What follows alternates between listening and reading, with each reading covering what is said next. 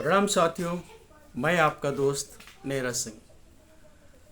कल भारत के निवर्तमान प्रधानमंत्री नरेंद्र मोदी पश्चिम बंगाल की एक सभा में इंडी गठबंधन के नेताओं को धमकी भरे लहजे में कहा कि यदि मैं मुंह खोल दूंगा तो आपके 7 पीढ़ियों के पाप सामने आ जाएंगे। साथियों, सवाल ये उठता है कि आप देश के सत्ता पे 10 सालों से काबिज है, 10 सालों से प्रधानमंत्री हैं, तो इन 10 सालों में यदि इंडी गठबंधन के नेताओं पे किसी तरह का भ्रष्टाचार का आरोप था या उनकी सच्चाइयों को जानते हैं, तो आपने मुंह क्यों नहीं खोला? क्या आप इंडी गठबंधन के नेताओं के भ्रष्टाचार पे पर्दा डाल रहे हैं या उन्हें बचाना चाहते हैं?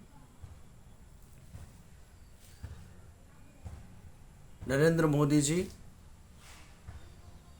आपका फर्ज सिर्फ मुंह खोलना ही नहीं था, बल्कि उस पे आवश्यक कार्रवाई भी करने का महत्वपूर्ण दायित्व आपके ऊपर था।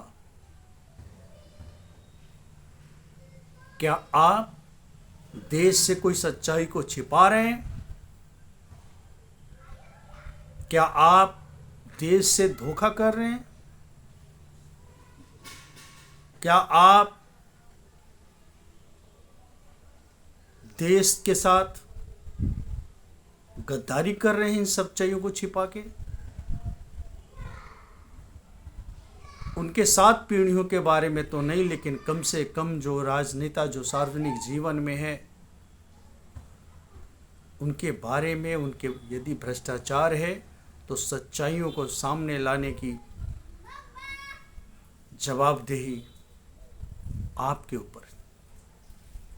और ना ऐसा ना करके आप देश के साथ गद्दारी कर रहे हैं नरेंद्र मोदी जी, प्रधानमंत्री जी। लेकिन आपका ये कथन पूरी तरह से झूठा है। आपने ऐसा क्या कोर कसर छोड़ा कि विपक्ष के नेताओं पे, इंडी गठबंधन के नेताओं के भ्रष्टाचार को बाहर निकालने का आपने हर संभव प्रयास किया, लेकिन हर प्रयास में खोदा पहाड़ निकली चूहिया जैसी बात सामने निकल के आई। मेरा तो स्पष्ट मानना है कि आप भ्रष्टाचार के प्रति ईमानदारी पूर्वक लड़ाई नहीं लड़ रहे और न लड़ सकते, क्योंकि आपका दामन खुद भ्रष्टाचार से रंगा हुआ है। इलेक्टोरल बॉन्ड के सामने आने के बाद आपके भ्रष्टाचार के ऊपर और किसी सबूत को देने की जरूरत नहीं है। किस तरह से चंदा दो धंधा लो,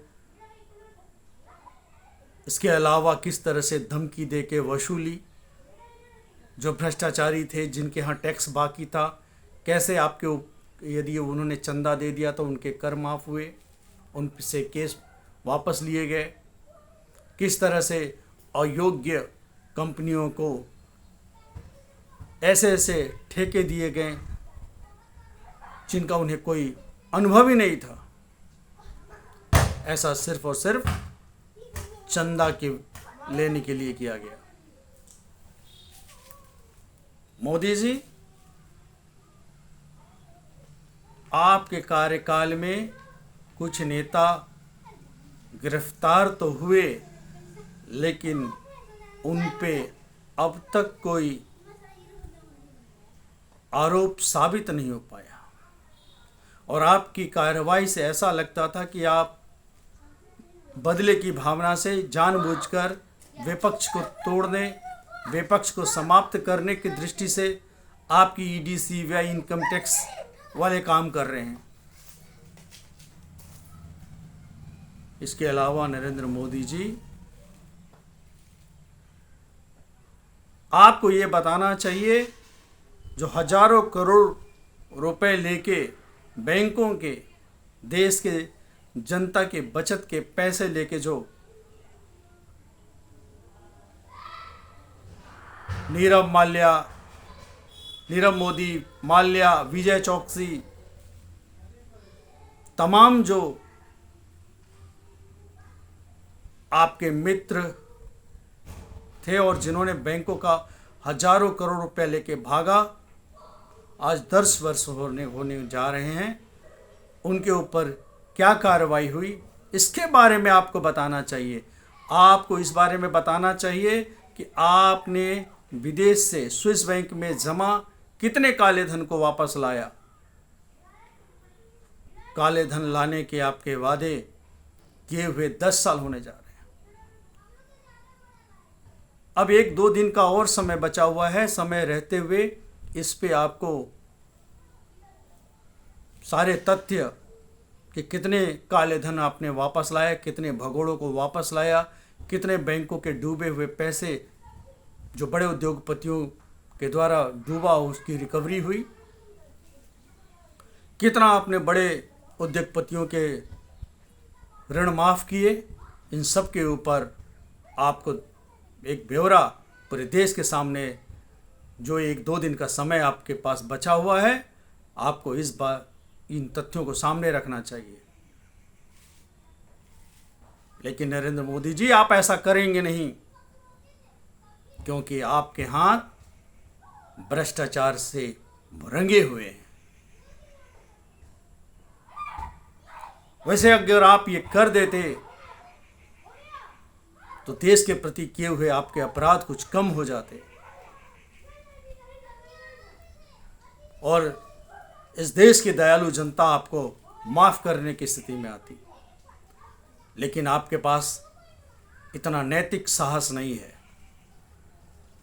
इसलिए जो 1-2 दिन का समय बचा, वहाँ उस समय को आप नौटंकी करने में बिताने कन्याकुमारी चले गए। विवेकानंद मेमोरियल रॉक पे आपके नौटंकी जारी है, और विवेकानंद मेमोरियल रॉक, जहाँ देश भर से विवेकानंद के प्रति आस्था रखने वाले युवा या हर वर्ग के लोग वहाँ जाते हैं, उसे आपने कलंकित करने का काम। और ध्यान के पाखंड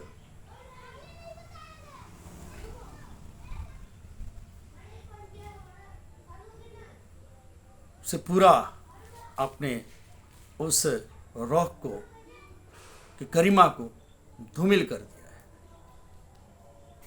नरेंद्र मोदी जी, ये राष्ट्र आपको आपके भ्रष्टाचार के लिए कभी माफ नहीं करेगा। आपके पास 10 साल का समय था, आप चाहते तो भ्रष्टाचार के प्रति निर्णायक लड़ाई लड़ सकते थे, लेकिन ऐसा न करके आप खुद भ्रष्टाचार में आकंठ डूब गए। यदि आपकी सत्ता जाएगी, जो कि निश्चित ही लग रहा है, तो राफेल का केस भी निश्चित रूप से खुल जाएगा, और तब जनता को पता चलेगा कि किस तरह से देश के लिए महत्वपूर्ण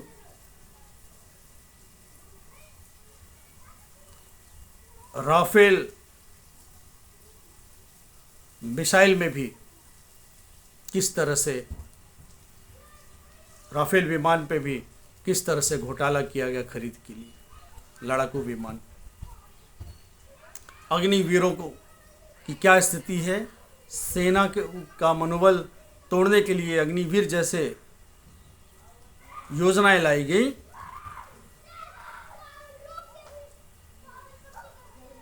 यही नहीं, किन क्षेत्र में भ्रष्टाचार नहीं हुआ है।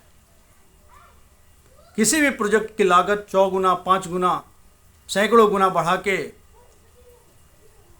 अपने यार मित्रों को ठेकेदारी देके लाभ पहुंचाने का काम किस तरह से किया जा रहा है, अब ये बात किसी से छिपी नहीं हुई है।